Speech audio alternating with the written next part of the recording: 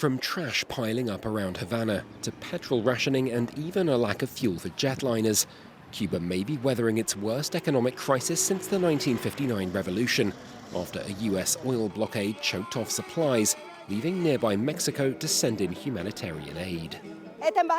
The embassy has to thank Mexico, the government and President Claudia Sheinbaum, who's defended the sovereignty and the right of sovereignty of the Cuban people and the Mexican people. Threads of support for Cuba have long been woven into the very fabric of Mexican society, with Mexico City maintaining a good relationship with Havana for decades. Both Mexico and Venezuela supplied most of the 60% of the oil Cuba imported, at least until the US abducted the latter's leader in January and threatened Mexico with tariffs to cut off Havana's energy supply, aiming to force it into economic and political reform.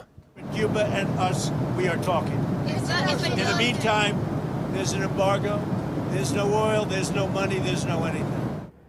Ever since, Mexico has struggled to maintain its prior line, but without energy support for Havana and without angering a Washington all too willing to wield trade weapons to get what it wants.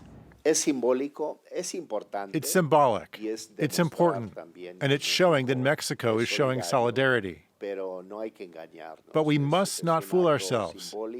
It's a symbolic act and doesn't help the real problem on the island and its long-term situation. For now, Cuba has indicated it's open to negotiation with Washington, but not at the expense of its sovereignty, and Mexico has continued to urge for a diplomatic solution, while its support for its neighbor appears increasingly threadbare.